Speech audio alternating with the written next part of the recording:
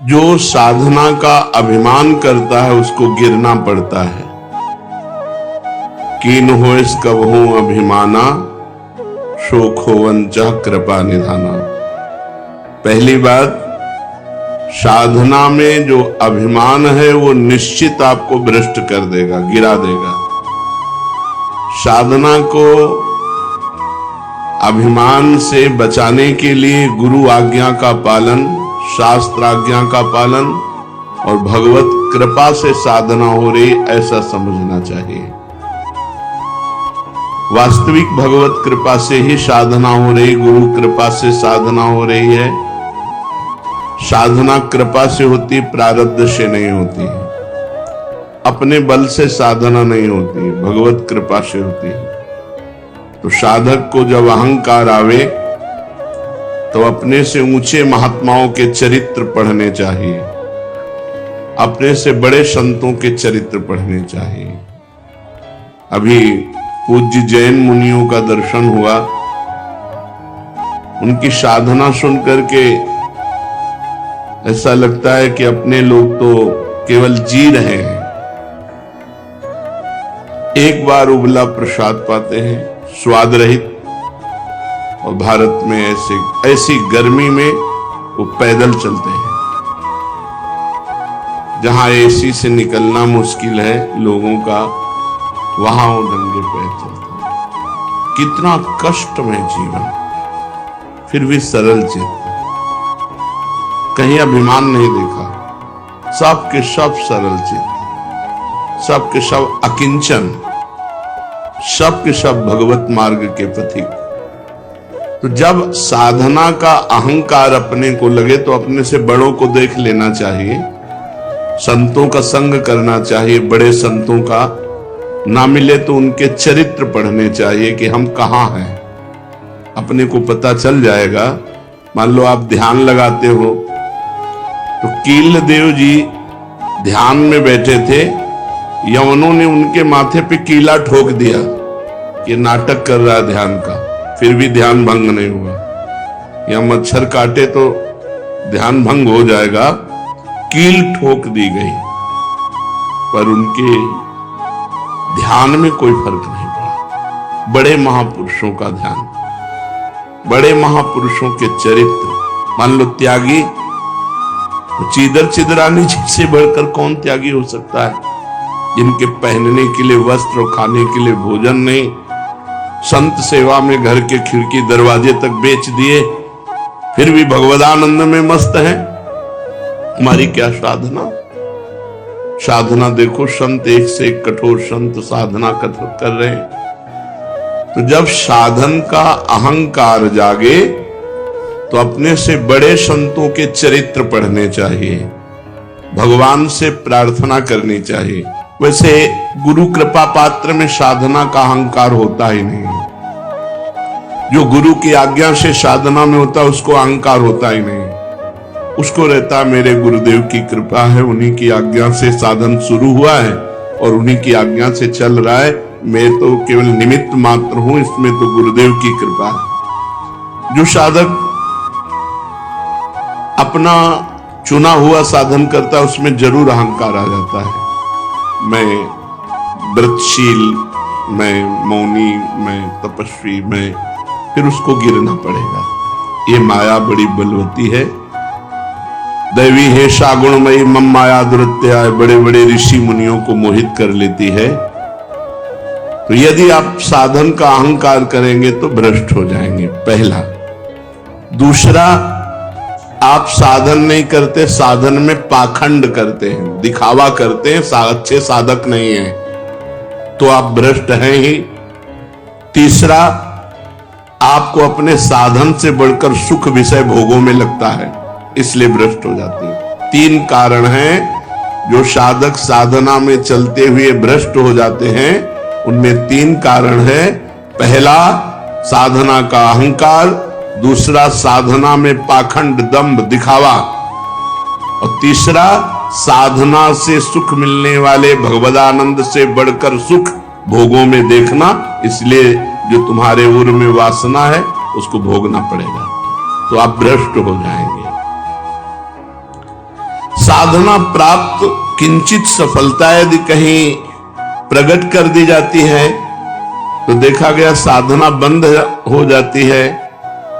ये बिल्कुल अक्षरशः समझिए, जो भी साधन कर रहे हैं गुप्त रखिए, उसे प्रकाशित मत कीजिए। सोने से लेकर शयन तक की दिनचर्या कभी अपनी किसी के सामने मत रखिए, गुप्त रखिए। बहुत लंबे समय तक आपका साधन भजन ठीक चलेगा। और यदि आपने अपनी साधना व्यक्त कर दी, 2-4 लोग बैठे हैं, उनसे कि आप क्या समझते हो, मैं 1 बजे रात्रि को उठता हूं, ऐसा ऐसा करता हूं, ऐसा ऐसा कर, वो बंद हो जाएगा, उठना बंद हो जाएगा, वो दिनचर्या बंद हो जाएगी। स्पष्ट लिखा हुआ है। तो इसमें लिखा है कि दूसरों को बताने के समय हमारे चित्त में अहंकार होता है, अंतःकरण में अहंकार स्फुरित होता है। मैं इतने बजे करता हूं, मैं ये करता हूं, मैं करता हूं, इसके कारण उसकी साधना रुक जाती है। यदि उसे घुमा के वर्णन करें कि संतों ने कहा रात्रि के 1-2 बजे उठ जाना चाहिए, भजन साधन करना चाहिए, फिर ब्रह्म मुहूर्त में अमुक अमुक ऐसा साधना करना चाहिए, संतों ने कहा है।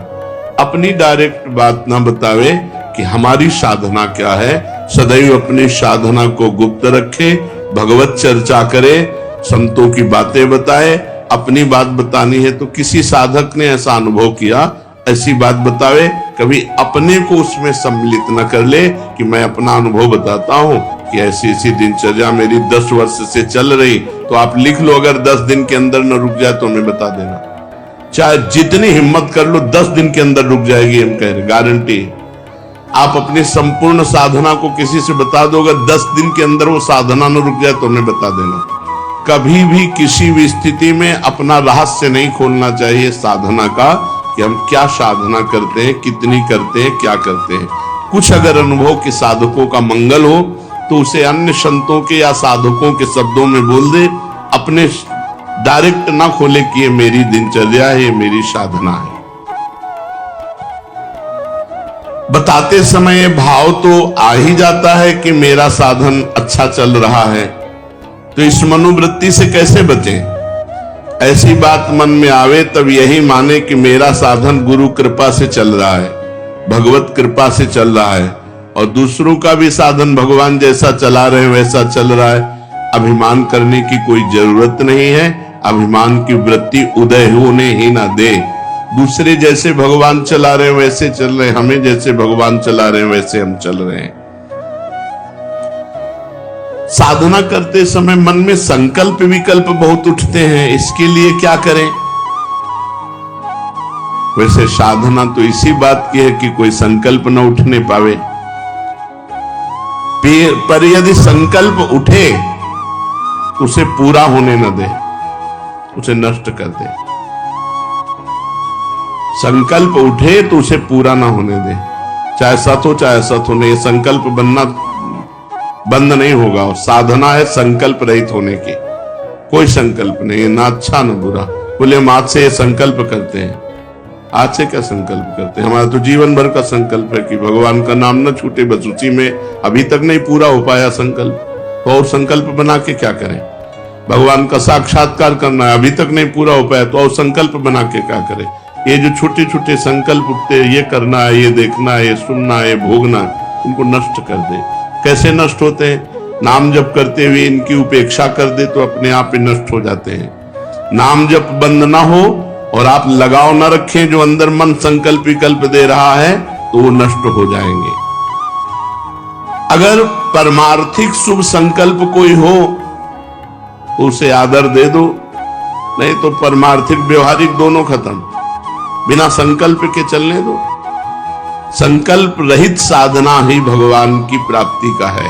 कोई संकल्प नहीं, कोई संकल्प विकल्प नहीं। इतना जपना ये भी संकल्प नहीं, निरंतर जपना है ये संकल्प। हमारे जीवन का लक्ष्य है एक भी श्वास खाली ना जाए, एक भी मिनट व्यर्थ ना जाए। पूछत रीति भभूकत धावत, श्री सेवक जी महाराज लिखे। नहीं, कैसे बदले। भजन का तीव्र अभ्यास। भजन से जब हृदय शीतल हो जाता है तो कोई गाली भी देता है तो उत्तर देने का मन नहीं होता। कोई गुस्सा भी दिलाता है तो इतनी शीतलता है कि गुस्सा ही नहीं आती।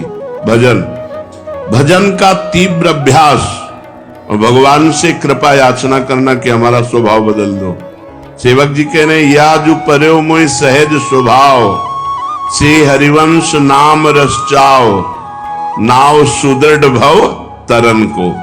ये सुदृढ़ नौका है नाम, भवसागर से तरने के लिए सुदृढ़ नौका नाम है। और मेरा स्वभाव पड़ गया है निरंतर हरिवंश नाम का रटने का। यह जो पर्यो मोय सहज स्वभाव, श्रुतौ राधिका कीर्तिरंता स्वभावे। हमारी श्रवणेन्द्रिय का स्वभाव बन गया ऐसी किशोरी जी की चर्चा सुनना, जबान का स्वभाव बन गया है राधा राधा रटना। हमारा स्वभाव तभी बदलेगा जब हम तीव्रता पूर्वक भजन में लगेंगे। एक महीने में एक बार गुस्सा होने पर 1 महीने के भजन का फल ढक जाता है। 12 बार गुस्सा हो गए तो साल भर में तुम्हारे पास रह क्या गया। अच्छे से गुस्सा हो जाने पर 1 महीने का भजन का फल ढक जाता है। ये संत जन बावरे थोड़ी कि मारो तो भी गुस्सा नहीं होते, शांत रहते हैं। तो बोले जो मारने वाला है फिर अगर उसको प्रतिकूलता नहीं दी जाएगी तो और बढ़ जाएगा। नहीं, उमा क्षमा साप होते भारी, अपने कर्म जाए अपकारी।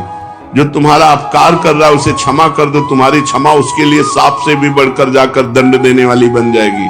तुम्हारा भजन तो बढ़िया बच गया और उसको दंड सांप से भी अधिक मिल जाएगा। उमा क्षमा साप होते भारी, अपने कर्म जाए अपकारी। छोड़ो उसको, शांत रहो। कोई बात करे तो बहुत नम्र और मृदु बात करो और सावधानी पूर्वक जीवन व्यतीत करो।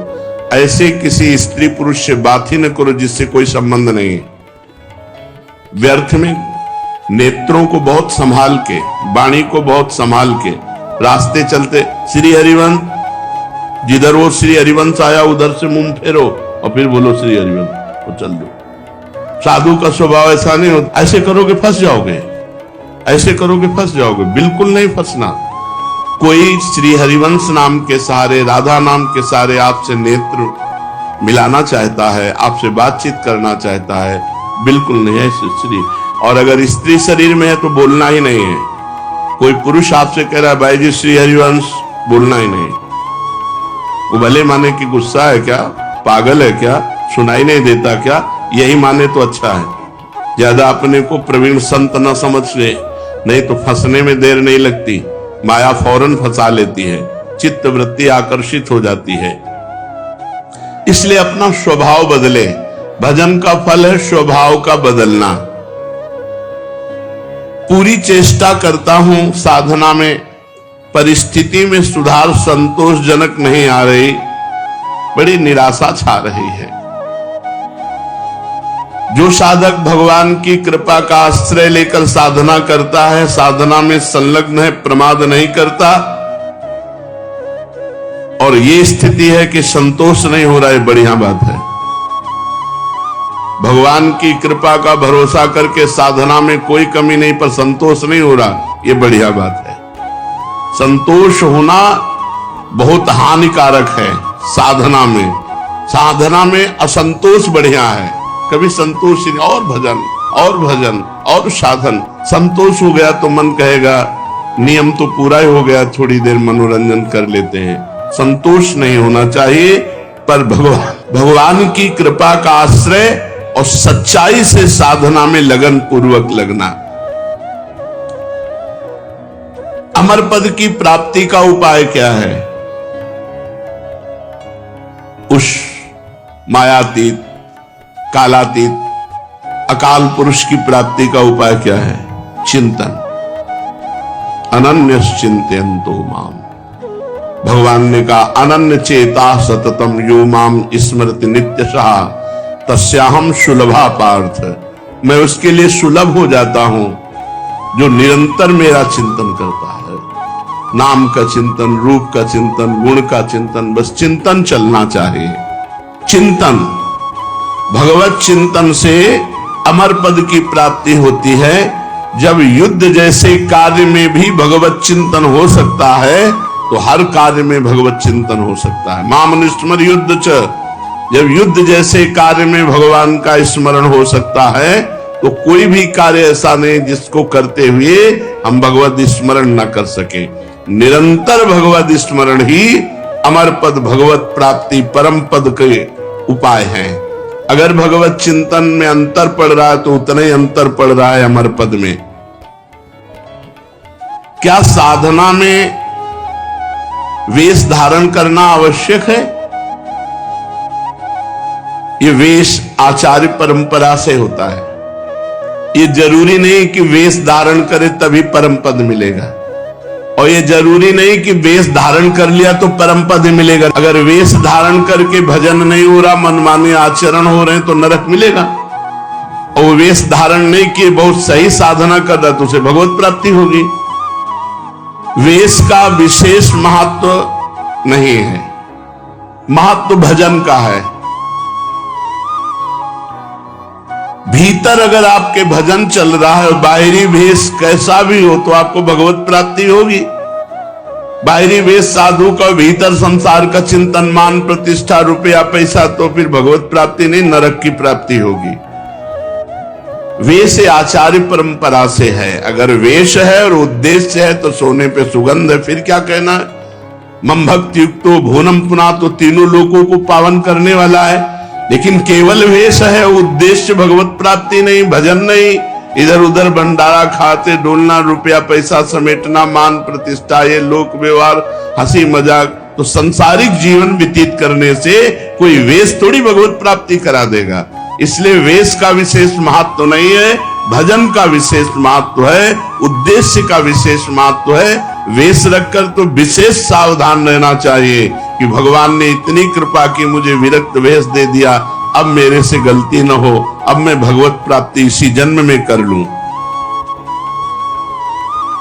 सोते हुए जब कैसे होता है? जब कहा जाता है 24 घंटे जप करो, तो सोने में तो 6 घंटे जाते हैं, तो 6 घंटे तो जप नहीं होता। नहीं, जब हम निद्रा में जा रहे हो और